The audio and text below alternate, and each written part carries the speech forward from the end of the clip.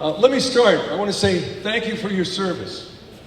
Thank you for your service. And I say that because at the time when we were aboard Radford and serving, it was a different time 40 years ago. And what I recall back at the time is people were not saying thank you for your service. I mean, you go into Lowe's and they'll go and say you got the vet's discount or here's this and that. But it's kind of a casual, oh, hey, thank you, here you go, almost as an aside. When I was in the fleet, it was right after we just finished Vietnam. We were in almost a post-Vietnam malaise, as people were calling it. People who talked to me would say, oh, you're in the Navy. Well, how long do you got to do that for? Was some of the reaction I had at the time. Nobody really bothering me or being mean to me. Oh, see, I'm going backwards here, sorry. But it was peacetime, thank God. So Saigon had fallen in '75, and so some of us joined the fleet, and it was one of those rare times in our nation's history where we were at peace. I looked it up. It's only 18 years out of our whole history since 1776. So it was kind of a privileged time to go and be. I was a young man coming out of Notre Dame, thought I was really hot stuff, came out to the fleet, had been on a patrol gunboat and had some gas turbine experience, but I was assigned to the Arthur W Radford because it was a gas turbine follow-on. And when I got to join the Radford, let me click this thing right here. It was in 1978, and I joined when you guys were in the shipyard. So my first impression of the Radford really was coming from being in a patrol gunboat, going through the gas turbine pipeline, and arriving to go and see what it was like in dry dock. There was something special about joining the Radford. It had a great reputation. It was like knowing you were going to play on the Super Bowl team. It was a great trade. So I was going to a ship that was the number 2 Spruance class on the East Coast, and it was a really big deal. And what I found when I got to the Radford is it was a pretty impressive ship that had been hand-selected by this guy, Dave Woodbury. To me, he was kind of an avuncular paternal figure. As I've heard some of the stories here, I've heard other sides of him, but I didn't see that. So he was kind of I always think of if you're having Christmas and you're kind of seeing Grandpa sitting on the side watching kind of bemusedly as the kids are fooling around with their toys. That was kind of the impression I had of Dave Woodbury. But he had handpicked his wardroom, and it was a pretty hot wardroom. So we've got 3 of those folks here. We've got Pat Shepard, we've got Herb Kaler, we've got Bill Lynch, and they were an impressive group of officers that were models for the rest of us who were coming along and watching. So ship had a great reputation. It was an amazing time to be there, but it was a different time in our nation's history of peacetime, and so that was the wardroom I joined. And I was the MPA, so the big part of being in the MPA, so that's a shot of our wardroom on a dress night, you can't see that well, was working for a guy named Lynch. It was right after the movie by Spielberg had come out. Yes, it was Jaws, Bill. You were known as Jaws. You had a reputation for climbing around and crawling through the bilges and knowing every valve everywhere. And you were tough as nails, and you were a good mentor to go and work with. Joining us was Larry Dreyer, who was kind of a sidekick. You joined right as we were getting on there, and so we kind of Bill would yell at us at morning quarters. I mean, there's nothing like being in the Navy and having your morning start off with, let me tell you what your guys did. And I cleaned that up. And Dreyer and I would helplessly just kind of laugh, And so I think it kind of befuddled Bill because it was not what he expected, It was kind of an iconoclastic time. It was the 60s and kind of rebellious, and we just weren't taking it seriously. So in engineering, we had the engineering division, and this was the turnover from being EN engine men to GS, gas turbine specialist. I want to point out in the picture, if you can see, here in the back is a man named Hal Farrier, Edward Henry Farrier, who was the Master Chief, and probably one of the most impressive leaders, managers I've ever seen in my career in different, whether government and private sector advertising. And Master Chief nominally worked for me, but I was learning from him the whole time. And to have that privilege of a gifted leader and watch the way I could tell stories, but he was the person who made that engineering department run brilliantly. I was asleep over here in the back. If you're looking closely, you can see I can sleep standing on my feet thanks to the time in the Navy. But that was our engineering department, and it was, again, we were a cocky and brash bunch. We really thought we knew a lot, and we did know a lot, and we were that good. So that was the ship that I joined, and we started operating. And there were some stories Herb was telling, going up and down the coast, playing off of the board. I think it was Bahamas or Bimini, Bahamas, where they were playing, anti-submarine games and stuff. But one of the seminal events that kind of made us all sailors was we sailed through an Atlantic hurricane. And I finally found this picture in a box that was in my closet. One of those things we moved 80 times, so we didn't have. But one of the quartermasters told me it was Hurricane Flossie, so thank you for that one, Norm. You filled in that fun fact. But this was sailing through, I'm swearing it was 60-foot seas, watching these waves wash over the bow, green water that would hit the ship. Randy Bell described it. He was inside the skin of the ship and described everything from the hit to the shudder to the shake to the hang and talked to him. But this is what was going on in that North Atlantic hurricane, and it made blue water sailors of us. And in fact, someone said Chief Smitty was keeping track of all you OSs who were mastering it and were really, not throwing up and managing and all. But this was our experience going across and operating the ship, going over to Northern Wedding and that operation. In the meantime, we went ahead and won an engineering E. So this is a rare picture that you'll see of Bill Lynch smiling. So I wanted to add that in. Over on the right, painting the E on the superstructure, it's Bill O'Neill, who's one of our lost shipmates. So a tribute to Bill, who was the valve king, by the way. He invented the valve program on the ship, but he was just also a really nice kid. That E, by the way, they had given us an E that was like the standard for the fleet that we just decided it's too small. So we did our geometry and just kind of proportionally boosted it about 2 times to go and paint it on the superstructure. And nobody ever said anything. So we got away with that one. Like I said, we were cocky and we were having fun too. So we did stuff to go and celebrate things, like we did a ship's Olympics. So this was the only occasion I ever had to wear yachting dress white. There is such a uniform with Chief Bill Cave, and so there were all sorts of events.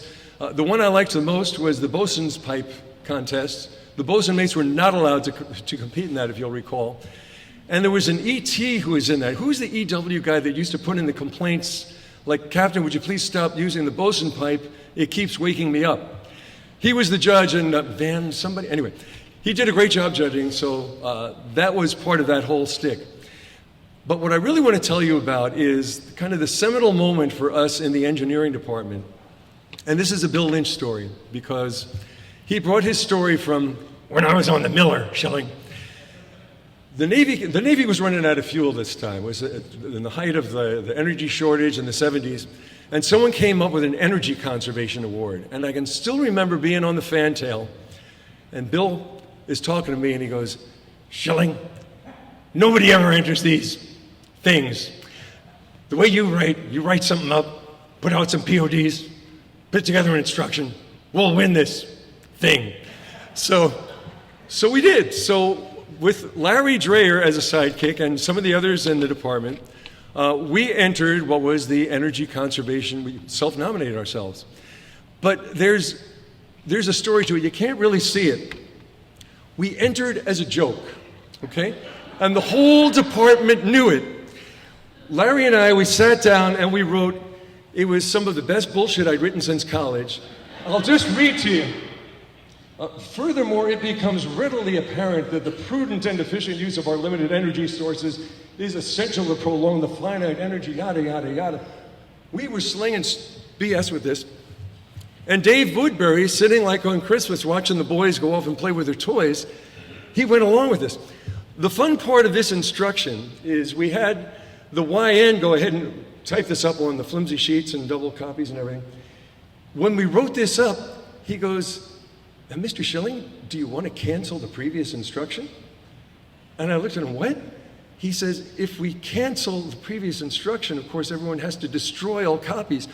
By doing that, by canceling the previous non-existent instruction, we suddenly created an energy conservation program 2 years old." So that was one of the, all right? The secret is out. So we submit this, and There were more secrets to it. You can finish it. It goes up to the Desron, and they ask to see our fuel records. So I'm up in my stateroom asleep. Lynch goes, Andy. I was with Schilling. It was Schilling, you got our fuel records. The Desron wants to see them.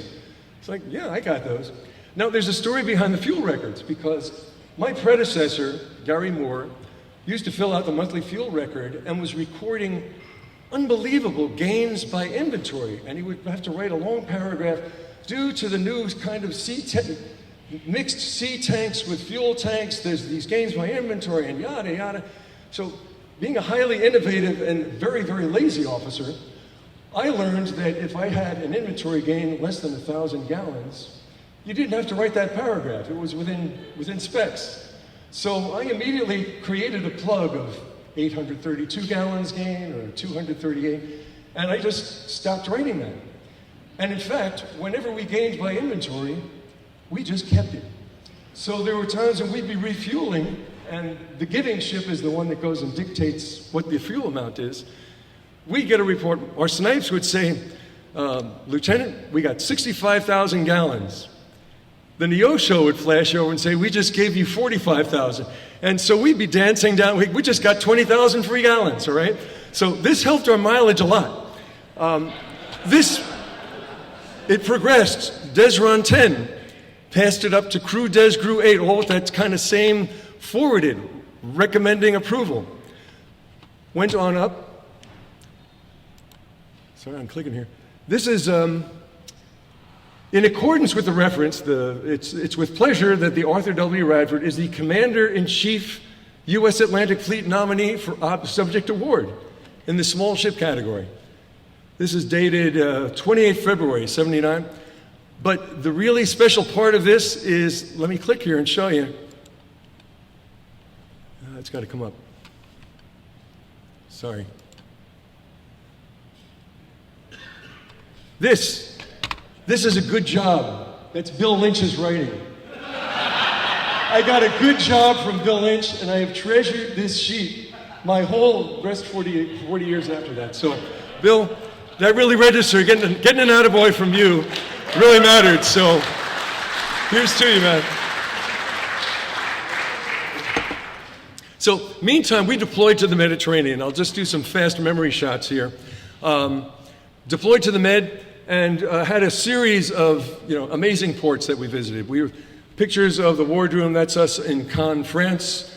That's the pilots in Barcelona. And remember, I said we were products of the 60s. Look, these guys look like vagabond pirates, man. Look at those haircuts, That's Mark Notke. It's Ensign Buchholz, Mark Notke, and then Pierre Chardonnay. We had an officer named after a wine.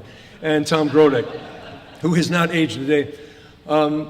I took off we were in Trieste at one point, and we just had a long time to be there. Some of us went, and I actually had Liberty in Austria. We couldn't take the car over, but we walked over. That was Tom Eubanks, who was XO, and Mike Kroll. Guys remember Mike Kroll in the lower left? And the Navy even decided to go and make service warfare officers of Ensign Ski and me. So that's us exulting before they could take those back. Click through here. We got a port call it was nominally Castellammare di Stabia, but it was actually Sorrento. It was one of our first med ports. And again, we took off in the cars. We drove the Amalfi Coast. And so, again, this is my memory of what Dave Woodbury was like, kind of sitting there, smiling. He had an awful voice because he smoked constantly and his voice was shot. But you guys can remember that if you do him. Bill Lynch smiling again, so we were having a good time on the beach, and that was Greg Dice with us there. So these were the good moments that we remember from doing that. This is in Taormina, Sicily. It was in the arena overlooking the whole eastern part of Sicily. That's C.V. Roberts, who is another, I believe, deceased one of our shipmates, and he's next to a German officer who was embarked, who was Reinhold Meyer. Anyway, so that's in Taormina. Good Liberty, good memories. Another departed shipmate, John Park, was the FT officer. And this is guys smiling in Cannes. That's Bruce Belcher, who wanted to be here but couldn't be here, so I just wanted to put him up. Well, meanwhile, this is all great crew Liberty, but let me show you what engineering Liberty was like. engineering would kind of get down on the job. So we'd pull into ports, and that would be, for example, in Palma, Spain, where we would be changing out a gas turbine engine. So we would gather the crew and have that change out that would kind of take up a lot of that time. Bill Lynch used to sleep down in central control. That's a true picture. It's not a fake. He was there on keeping watch the whole time. That's not an authorized uniform. So. While we were in the Med, an event happened that was big for a couple of us, but we rescued a French sailboat, the Laurca. And I'm putting this in just because a bunch of you guys came up and asked about it. And it was me and Jim Holly, FT2, Jim, what, a G or an M, one of those. So this was, as we were starting to go in scope, this French sailboat, 50 feet, no, 50 meters, no, 50 feet, it was a catch, two-master. And they were in trouble because they were trying to power from Corsica over to Cannes, and in the waves their engine overheated and they were in trouble. Anyway, they sent out a request for help. We flew our helicopter over and we rendered assistance. Eubanks tells the story that as we were doing this, there were about 50 French officers or midshipmen embarked, and he turned and asked, like, well, don't you guys want to go over and help your countrymen? And the answer was no.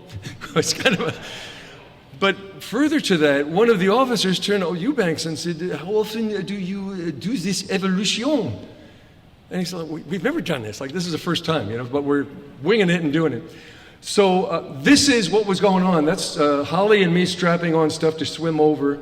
And if you look close, this is Jim Holly's on the boat already, helping to pull me up. We climbed up over the transom that way. So the happy ending is we sailed to Saint-Tropez. The family was there. It was like a little French family with a couple of kids. And they took us out to dinner in Cannes. So that was Holly and me. And other nice things happened. That was where Pierre Cardin found out about us. There were mentions at all the ceremonies. But it was very cool stuff. I could tell you more, but let's move on because I want to tell other stuff about. Meanwhile, we won the Secretary of the Navy Energy Conservation Award. So by this time, our first XO, Pat Shepard, had left and had become the flag aide to Admiral Train. And I'm going to repeat your story, but he was the flag aide and saw the speech that Admiral Train was going to give when he presented the plaque to the Radford. And it's, the glowing kind of thing of the speechwriter writes and stuff. And so Pat had to go into the Admiral and say, sir, I can't let you give this speech. The Admiral looks at him and says, why? Well, what's the deal? It's a good speech, it seems. He says, because the ship entered it as a joke. If you give this speech, you're going to be laughed at by a crew hearing, oh, you've been so diligent in your thing, and da-da-da-da-da. He says, you can't do that.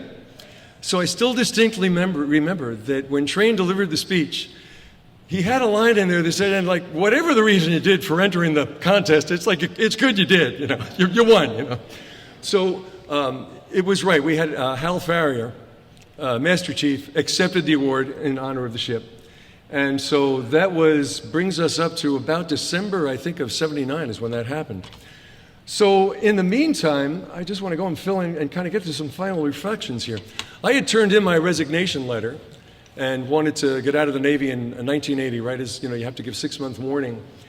And I'd like to just share a few reflections about being on the Radford, being in the Navy, how that affected my life and how it still has an effect on my life. And I hear it even as I've been talking to you guys as we're here at the reunion. Stories that people are telling me. It's scary, some of these I don't remember being in, but you're saying I was part of it, and that's interesting. The first thing was, this was at a peacetime point, and we were, dedicated, fulfilling commitments, and it was one of those things that taught me, you stand by your word and loyalty. All these things are important factors. They're really important character points, and I was fortunate to go and be a part of that. You've heard it said a couple of times tonight, and I'll repeat it. Radford was a very special ship. I was only on two, a gunboat and Radford. But I hear from across the room guys saying that was my best ship, or it was a special ship, or I was never in a wardroom like it.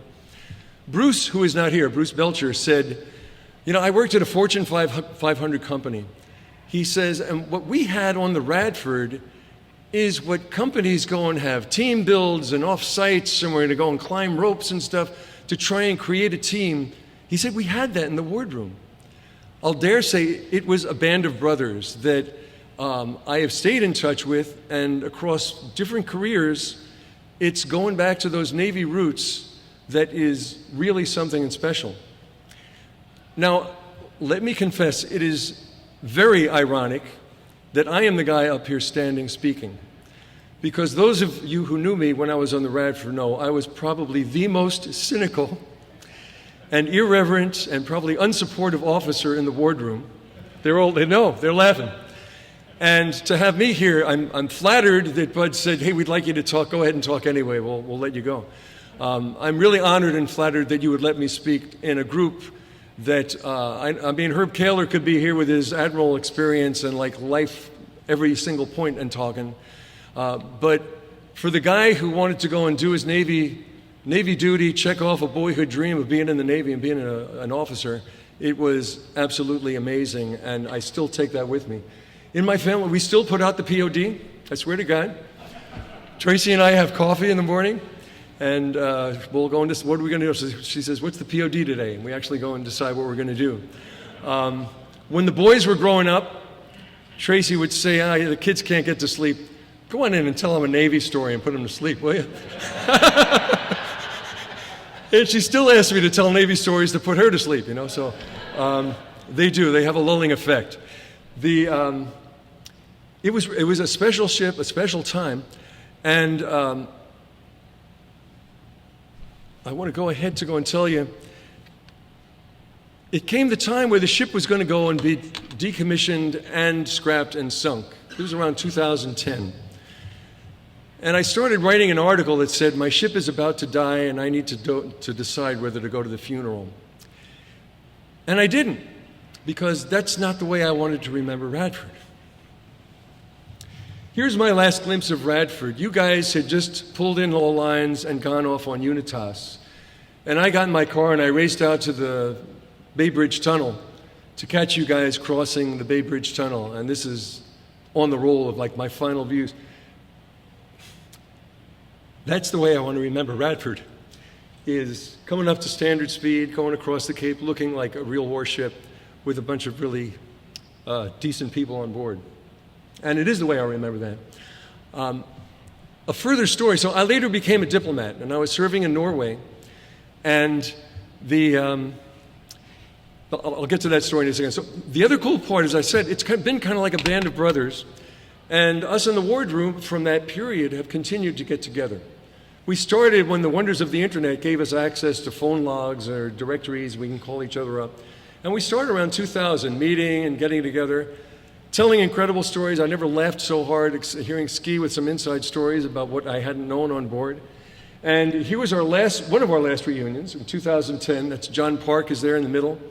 Our most recent one is in 2018. Sorry, I don't have the picture to go and put up on it. But I want to add a story just as we finish up.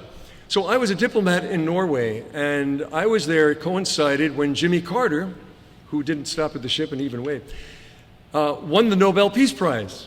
So it's a big deal when an American winter comes over, you know, you get to go to the ceremony, the whole deal, and I can tell you stories of that.